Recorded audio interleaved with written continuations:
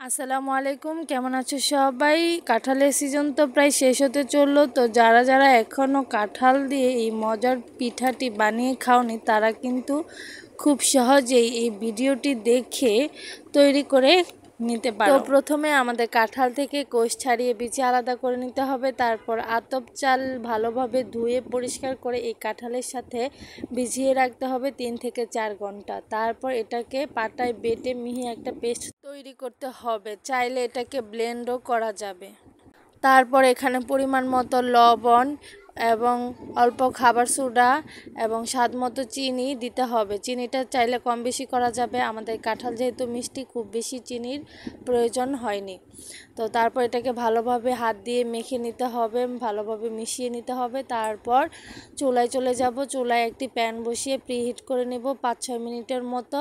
তারপর এখানে একটু তেল দিয়ে ভালোভাবে ব্রাশ করে নিব। তারপর এখানে মাখানো ব্যাটারটা ঢেলে দিব।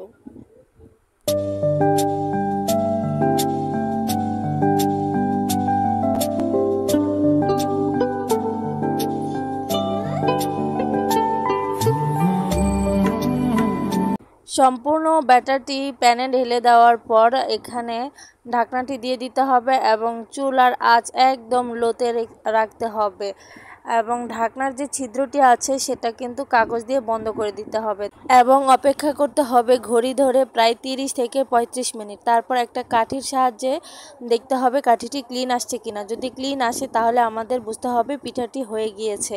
তারপর চুলাটি অফ করে দিতে হবে। তো এবার আমাদের কাঁঠালের পিঠাটি তৈরি হয়ে গিয়েছে। তারপর ঠান্ডা করে পরিবেশনের জন্য প্রস্তুত করতে হবে। তো আমাদের পিঠাটি একদম হয়ে গিয়েছে। তো আমরা এখন পরিবেশন করছি কেটে। তো আপনারা দেখে নিশ্চয়ই বুঝতে পারছেন যে কতটা লোভনীয় হয়েছে, আর খেতেও কিন্তু অনেক মজা হয়েছে।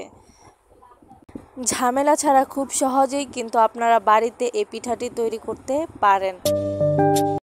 তো এমন একটি পিঠা আপনি যে কাউকে বানিয়ে খাওয়ালে শুধু আপনি প্রশংসাই পাবেন। তো ভিডিওটি এ পর্যন্তই। ভালো লাগলে লাইক, শেয়ার, সাবস্ক্রাইব করে পাশে থাকবেন। ধন্যবাদ।